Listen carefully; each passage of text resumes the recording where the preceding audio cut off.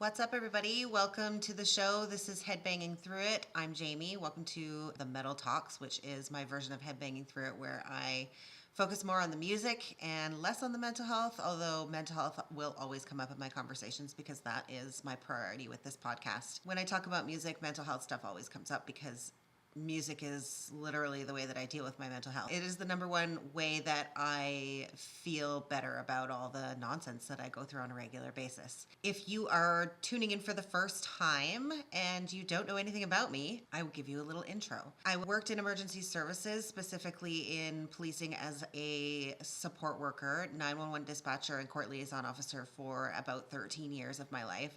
I started when I was about 19 and was diagnosed with post-traumatic stress disorder, a clinical anxiety disorder, and depression in 2017-ish, around there. I left my job in 2016 when I started experiencing a lot of mental health issues that I didn't admit were mental health issues until much later on in my life. So I've spent the last 10 years just trying to figure out who the fuck I am now and how I live my life now that I'm not doing those things. Coming to terms with what having a career in emergency services, the impact that had on me. Just sorting through how to move into my life outside of that. I've struggled a lot. Yeah, so I've spent the last 10 years just coming to terms with the layers involved in my post-traumatic stress disorder diagnosis, what that meant. I was wrapped up in so much denial throughout my life that it's taken me most of the last 10 years to realize how far in the wrong direction I was going. Wrong being relative to me anyway. There's a lot of stuff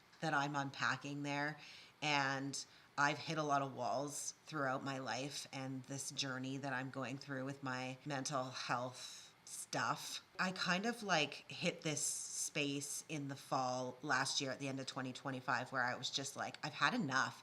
I've had enough of it.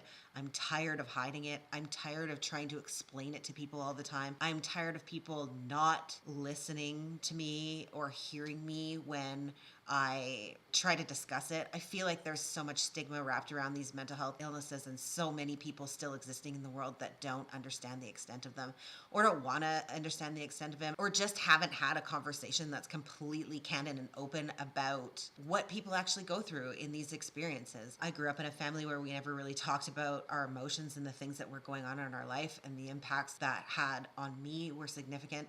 And I've learned through a lot of counseling and just trying to put the pieces of myself back together that it's a big deal to be able to just openly discuss things.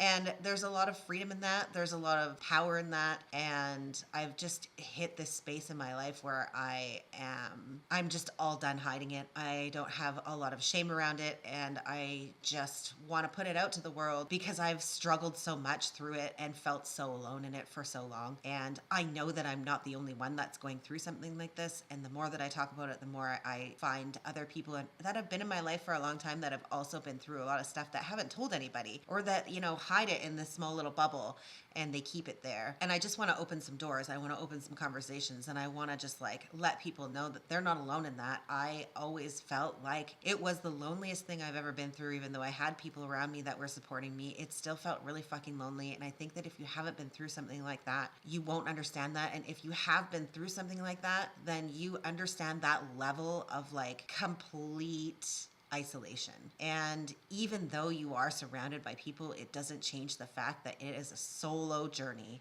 and it is a hard one. And that is what this podcast is about. So if you're tuning in for the first time, thanks for checking it out. My focus today is on music. But that is who I am, you guys. If you have questions that you want to throw at me about what I've been through, send me a message. I do want to have a lot more conversations around what I went through in my career and the ins and outs of the mentality in that space and how toxic it is. Probably still to this day. I've been out of it for 10 years, but I've spent a lot of time in reflection and looking back at those things and wondering how I survived. And, existing and pulling out a lot of shame that I have surrounding the choices that I made and the things that I did and the things that I saw and chose to ignore in that space as well. I have a lot of guilt around that. But there will be lots, I'm sure, of I'm going to have lots of podcasts. So if you guys are interested in hearing about that, I'm sure there's lots to come.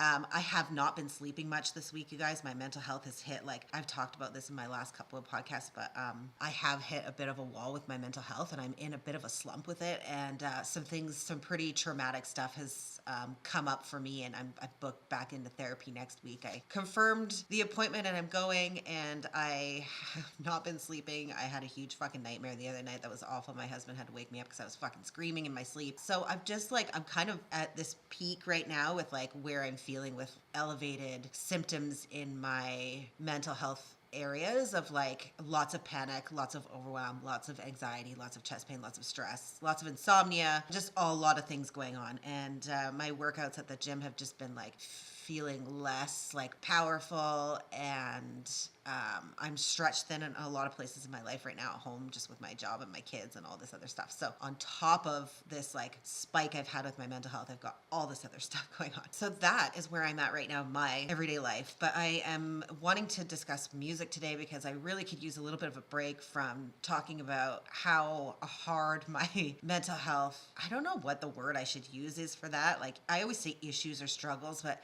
a lot of that also holds like negative connotations, right? And you hear those words, they sound negative, and like I get a lot of feedback around me being perceived as like this negative person, when in my body and my soul I do not feel that way. And I do understand that language has a lot wrapped up in it, and that it is about like how we perceive the language as well. So when I grab at words, it's not because I'm intending to be like negative with the language that I'm using. It's just for a lack of being able to grab a word that's like softer. I don't fucking know. What do you call the things that you go through with your mental health? Journey doesn't seem to fit properly for me. It doesn't feel like a journey. It doesn't feel like I'm going for a stroll down a path through the woods and then I'm going to go up a mountain and go on a little exploration, right? Like, it's not like a hard enough word to represent how I feel. So when I say like illness or like struggle or battle, I gravitate to those words because they fit with how I feel. I just can't find another word that would like fit in there. Journey doesn't feel hard enough to represent that. So I always grab on like battle, struggle. And if you guys have a word that you think would fit better with that, like throw it at me. I'm working on all the things. So anyway, I want to dig into music today. Now that I've rambled about mental health a little bit, let's get on board with something else. I'm really uncomfortable today too because I didn't get a good sleep. And so I'm going to be like shifting around a lot, and you guys are just going to have to deal with me. I also was playing around with my audio to get it set up to do a podcast with my brother. Now I don't know what setting I hit and I can't get it back. So I'm hoping that the audio is okay on this. I feel like it's echoey. It sounds echoey to me, and I haven't been able to get it back to where it was because I can't remember what button I pushed. So hopefully this records okay today. And if not, I am sorry. My areas of expertise are not in audio. Okay, so what do I want to talk about today? I have like a few things that I wanted to talk about. I want to talk about Lamb of God's new album. I want to talk about I Prevail a little bit.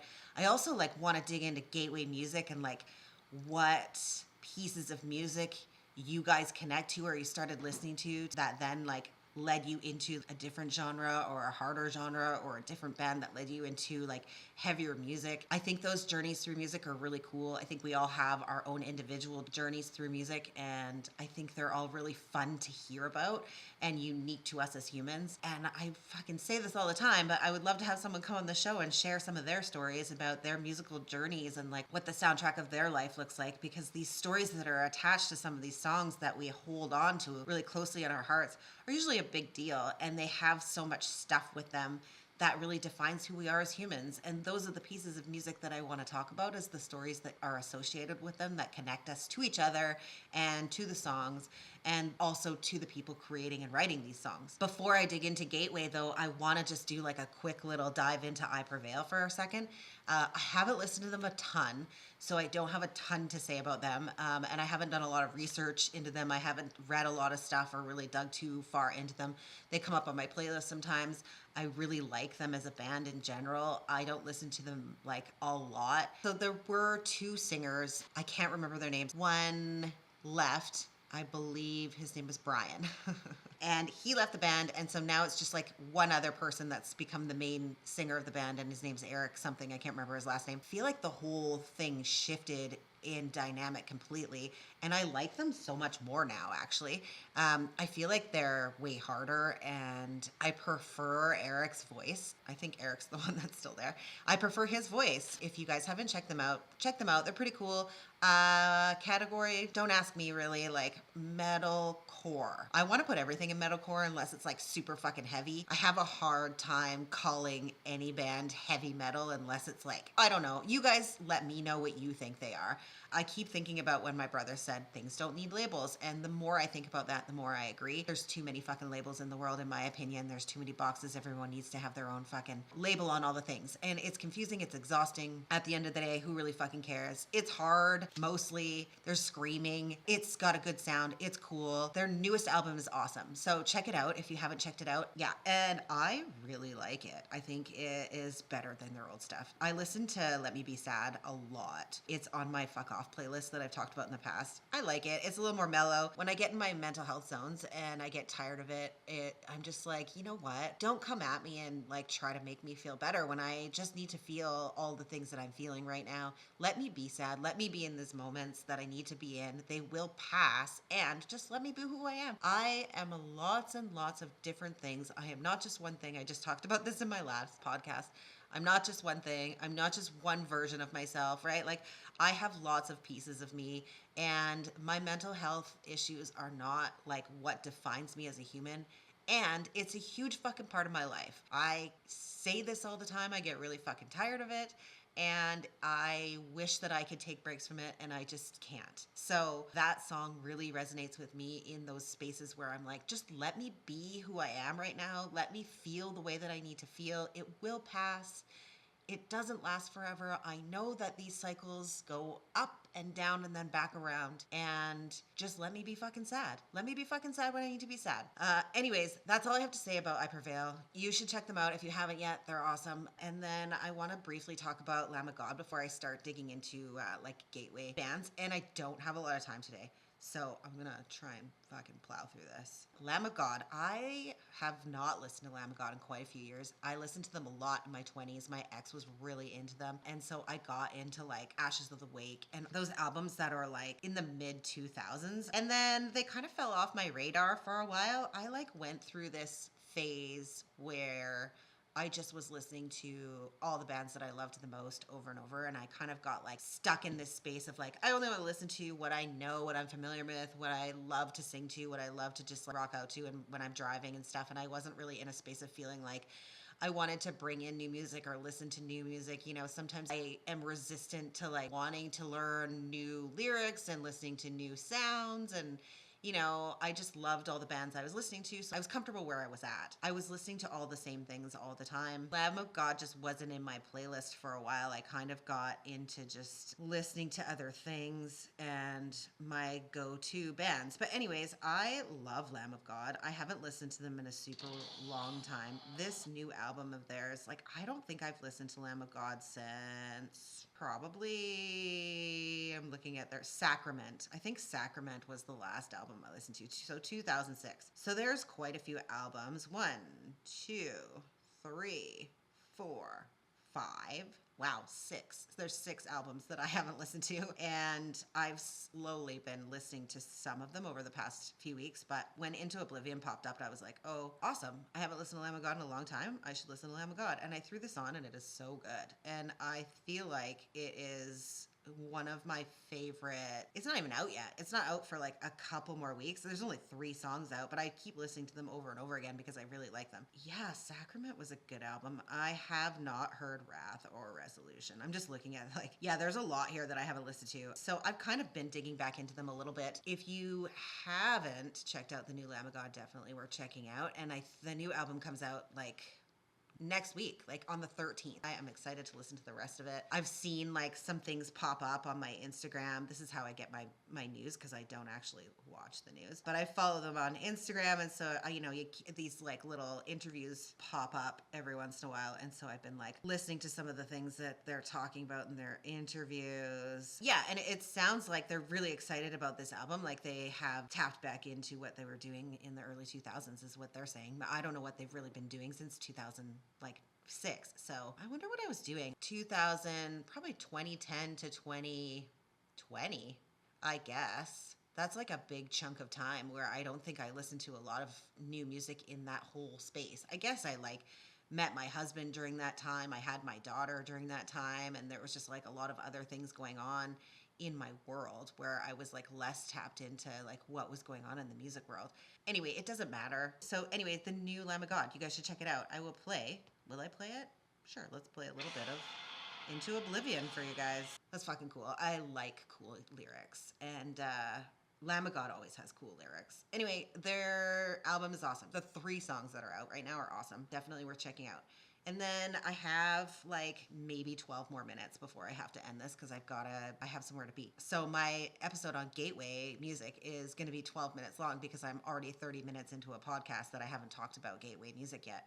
But I want to briefly talk about so I spent a lot of my youth listening to punk music. I started in like probably grade 6, 7, started listening to like Chili Peppers and Metallica. Like we had lots of big rock bands that were out around that time. And then once I started high school and I started high school, I met all these new people. I dug deep into punk rock. I was into punk rock for a good few years, probably most of my high school years. And then with that, I was also digging into like all the grunge stuff was out then, right? Like I fucking loved Alice in Chains more than anything on the planet. I was listening to a lot of Pearl Jam and Nirvana and like Offspring and Bush, whatever else was out. There's so many good bands out at the time. I was just talking to somebody about this the other day. And I was big into Ozzy Osbourne as well, like so much Ozzy, Black Sabbath. The Tragically Hip was really big on my playlist in high school too, which is like not really fitting into any of those genres, but I just loved Gord Downie so much. His lyrics and just like his musical talent was something that took me out of the spaces that I normally existed in and into his space. I still love the shit out of that man and all the music that he's done. I think he's so talented. Anyways, so punk rock was always on. I was always listening to fucking punk rock. And then I dipped in and out of all of these other things like Ozzy, Metallica. I went to Metallica shows in high school. And then after I graduated high school, oh God, well, that's when I like went to school and got into dispatching, and then I was like in dispatching for a while. I was 19 when I started doing that. I was super fucking young, and I was dipping in and out of mental health issues back then that I did not acknowledge or have any understanding about at the time. I talked about like being in that work for like a couple of years, and then I quit because I was overwhelmed and moved to Alberta with my boyfriend at the time, and we moved to Calgary. I was probably 20-ish when I was living out there. And I've talked about Linkin Park. Linkin Park literally like saved me through those horrible like spaces that I was in and all those transition periods that I was going through where I felt like I wasn't going to make it through it. And Chester Bennington was just like my safe space at the time. I would drive around in my car crying, listening to him, just like screaming and being like, yes, I get this. This is how I feel. Thank you. Thank God there's someone out there on the planet that like understands the pain that I feel and like this sense of just being lost and like not knowing what to do and despair and hopelessness and all of those things that come with like going through a crisis in your life, really. And so Linkin Park was like a huge segue for me into like more screaming music. It was the first band I think that I listened to outside of punk and grunge and rock and like that Metallica sort of genre of like area of metal that is like didn't really have a lot of screaming in it. It was just like heavy music and singing, but like Metallica's not known for like their growling, right? Like the screamy growly side of music. There's a bit of it in punk that I listen to, but not a lot, right? Like Chester Bennington was like fucking screaming in a way that I wasn't used to hearing a lot of. But I've always been drawn to the raspier sides of music in vocals. And so I really connected to his music. I connected to his lyrics. And then from there, I wish I could remember how I started listening to them, but I started getting really into Alexisonfire. And where did they come from? So I was around 20, 21 in that time frame, and listening to a lot of Linkin Park and really struggling with my mental health. And then I ended up leaving Alberta, and I wish I could remember how I started listening to them, how they came into my life. But Alexisonfire came into my world somewhere around when the Watch Out album came out in 2004.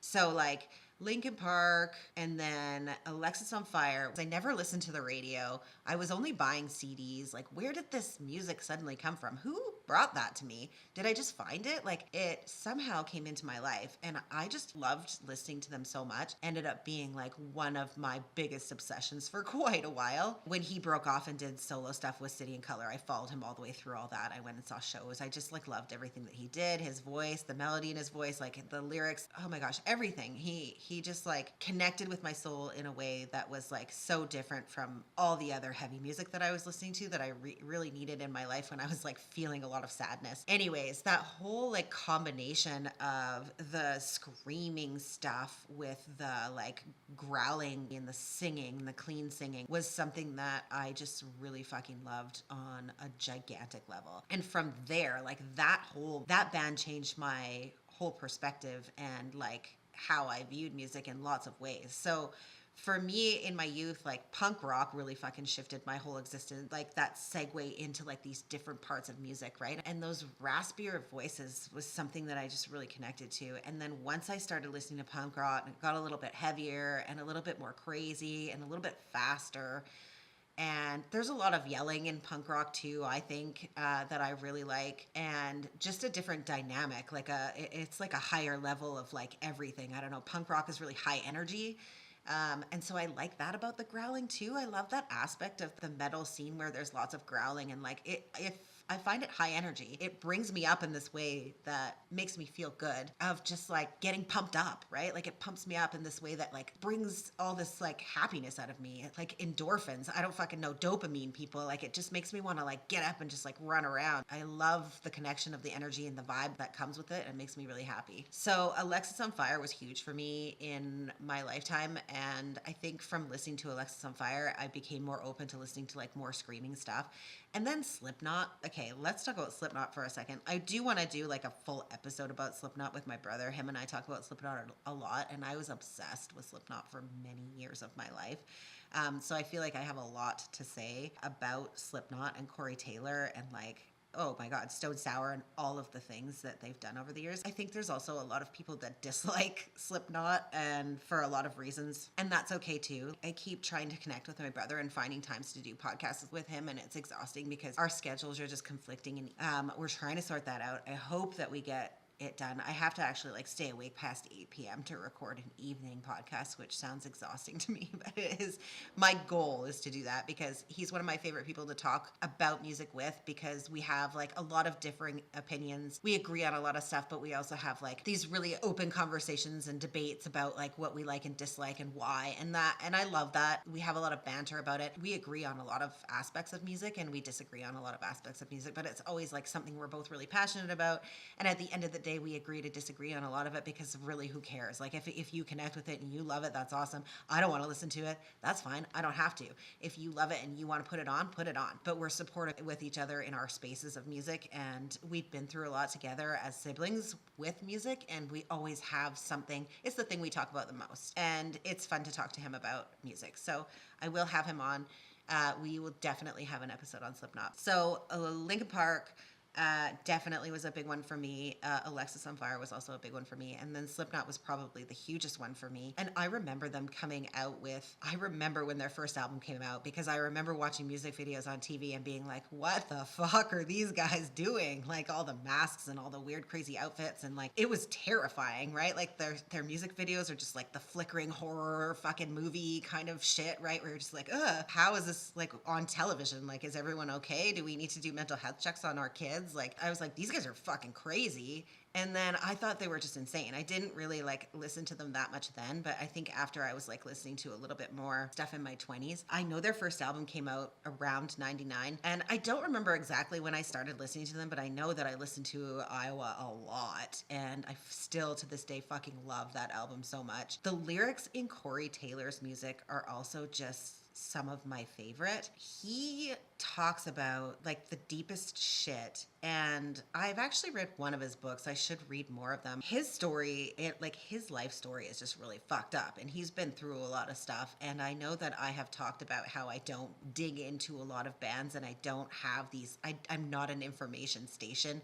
and I don't spend a lot of time like following people in music and what they're doing and their backgrounds and their stories and so forth and so forth, because I find that exhausting. And for the most part, that's true for me. I don't feel like getting to know famous people and what they have been through in their lives is really going to like change my life in any way, right? Like, I don't know them. I think there's a lot of like crazy fans out in the world that feel like if they know everything about like a famous person, that they're like the number one fan and they're like the best at everything. And like that, I think it's just like, I think it's a little psychotic, honestly, and like ego fed and weird. And that whole mentality just like kind of freaks me out. Honestly, I don't relate to it. That being said, I do find pieces of information about people that are in the music industry interesting. Corey Taylor is definitely one of them. Chester Bennington was one of them. And I think that I'm drawn to their stories because I can relate to it on my own personal life level of like what I've been through in my life. And the book that I read, I can't remember what it was called, but it was one of Corey Taylor's books. It was a quick, like easy read and really packed full of like so much shit. And after I read it, I was like, holy fuck, no wonder his music is like this. He's been through so much fucking shit in his life. He's a fascinating human being, and I think super fucking smart and super talented. And like, when you go through crazy shit, it just, I don't know, I think it deepens your emotional level of just existence. And as artists, that's a big piece of how you create art that is unique to you and has strong messaging, right? And like the more emotion you put into your work, the more you're going to reach and connect people with what you're doing. And he's definitely one of those people. And if you read his lyrics and you read his songs and you listen to the words that are in his music, it's also like there's just a lot in there, right? And so I connected with that a lot. I also connected with just the sound. It was so different from anything I've heard before. And I love the piece of Slipknot that's just like the drumming and like the loudness of it is like, I don't know, it kind of like reminds you of like going to war or something, right? Where you're just like boom, boom, boom, boom, boom, boom, boom, boom. Like something's happening and it's like got this sort of intense power behind it that's just like powerful, I think is the word. I don't know what else you would call it, like marching to war, or just like it's demanding of like a lot of attention. I loved that. I always loved blaring it in my truck. I loved driving around with it and just like the screaming and also like the singing. Corey Taylor's voice in general is just, it's really nice to listen to. He's got a fucking awesome singing voice. But I just loved the whole, I just really like it when a band does something super fucking weird that nobody expects and you're all kind of going like, what is that? The shock factor and the like weirdness to it, and just like doing whatever the fuck you want and not giving a shit what other people think of you is one of my favorite things in this world. Like, just stand out and be yourself. You do not have to be like everyone else, right? Like, the reason that you stand out when you're doing stuff like that is because you're just standing in your own fucking power. And he just didn't give a fuck about anything, and he would just say whatever the fuck he wanted, and he said it loudly and angrily and like in a really demanding way, and I have so much respect for that. And so I've followed him throughout his career for lots and lots and lots of years. Their self-titled album is now one of my favorites, even though I don't think I listened to it like at the time when it came out. He's still doing so many amazing things. Stone Sour, I loved all of those albums as well. And like, I mean, just there's so much to unpack with him. I could talk about him for probably a lot more time, but I only have 5 minutes left before I have to leave, so I'm gonna like dial this down a little bit and move into something else really quick.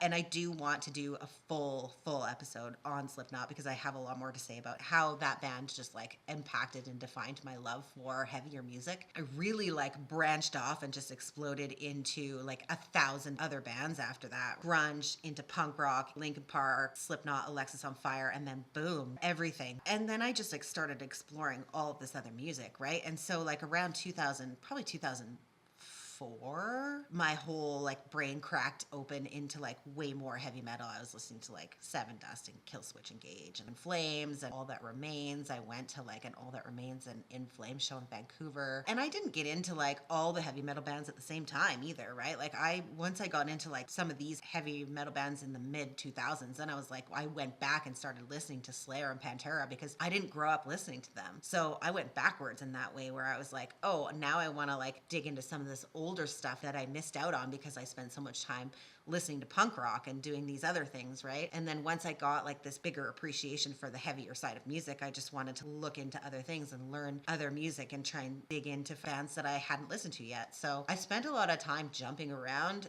to different spaces where I was like listening to Hatebreed, and then I was listening to Damage Plan, and then I was listening to like, I went through an Opeth phase for a while. And then I think I just like landed in that space of all of these bands that I just like learned to love, and they became like my regular bands that I just like put on rotation all the time. I listened to a lot of System of a Down, and then I just like stayed in that space for a really long time.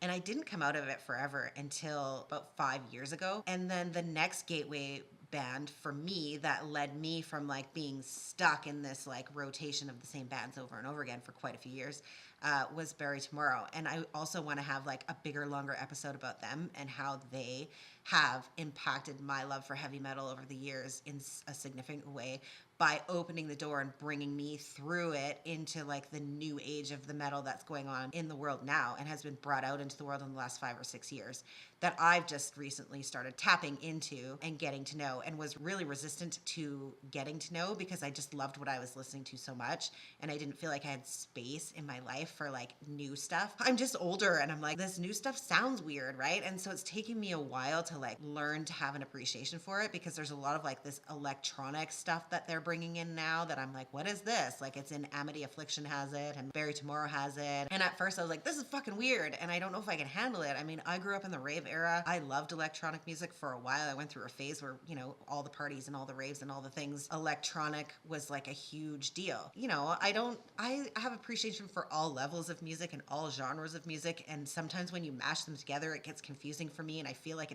one thing doesn't belong with the other, and that's not true. I keep defaulting and going back to things don't need labels, Jamie, and my brother is right. Things don't need labels, and they don't need to be defined in these certain ways where they're like just put in a box and that's it, right? And so Bury Tomorrow, the album Cannibal, just like completely cracked open my brain into this new level and world of metal that we're in now that is like, there's so many parts to it that are so cool. There's a lot of stuff that's like, it is okay. It's not for me. I can see why so many people are loving the things that are out there. My brother's really into Bad Omens right now. I don't mind them. I think there are some songs that I really like and some that I like less, but there's like this big wave of like heavier music that's coming out now that is, I think it's really cool. And more people are kind of like getting on board with listening to the like metal style of music and metalcore or whatever the fuck you want to call it, right? I do want to have an episode too on like the different sections. Maybe me and my brother can talk about that, the different like areas of heavy metal and like what bands, not that we need to like put them into categories, but like, what is black metal? Like, what fits into there? And like, I don't know. I just like get so confused by it. I think it's really funny. And as somebody that listens to a lot of music and still doesn't understand what these different like categories are, do we need to break them down? It could be a fun episode to just like sit there and talk about what you think they mean. Because I think what I think they mean is probably different than what other people think they mean. Does it really matter at the end of the day? No, it doesn't. So these pieces and these parts of music that like help us connect us to our lives and then through our lives and bring us into these spaces that open our mind into different areas of music, I think are really fun and really cool and really interesting. And I was in a space where I was really fucking stuck with music for a while. So thank you, Bury Tomorrow, for landing in my Spotify playlist somehow, and Choke coming up on my playlist, and Cannibal coming up on my playlist, and changing my whole perspective on what this new era of metal is, because I really fucking love it. I love all of the things that Bury Tomorrow is doing. Their last 2 albums with their new clean vocalist is really good. Everything that Danny does in Bury Tomorrow is amazing. I just fucking love the shit out of all those guys, and I can't wait to see what they do next. I hope they come tour in North America some more, because I would love to see them actually on the west side of Canada, and I've said that before. If you have not checked them out, I would definitely recommend checking them out and starting with their album Cannibal.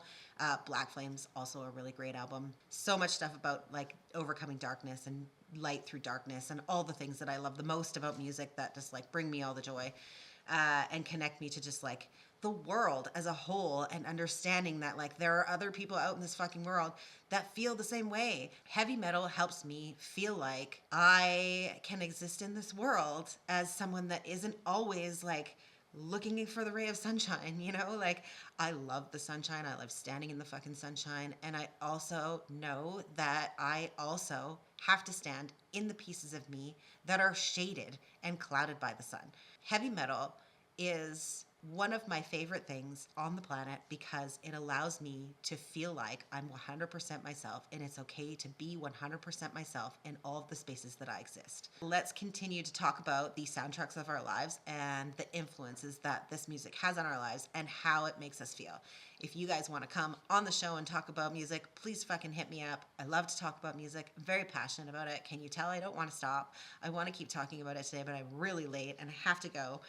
And oh, yeah, before I do go, check out this Imminence hoodie, you guys. I finally got this Imminence hoodie. It's fucking huge. It's huge. This is supposed to be a medium. So I did go back and look, and it is not unisex. I think it's just men's. But anyways, huge. I had to get my mother-in-law to like sew the elastic band around it so that it fits me because it's way too fucking big. This is what you get when you're a woman. Anyway. State Puff Marshmallow Man. Like, what is this? It's so fucking big. Like, can someone please make apparel, heavy metal apparel for women, people? Come on. Like, is this a good look for me? You guys. Anyways, that's it for today. Thanks for tuning into the Metal Talks. I did not play enough music today, so next time I'll have to play more music for you. Stay tuned for the next episode where we're going to talk about something cool and music related, and I'm going to be really pumped about it because I love doing these fucking episodes. The Metal Talks make me happy. If you like the shit I'm talking about, please share it around with other people. I will see you guys next time, and we'll headbang through it. Peace.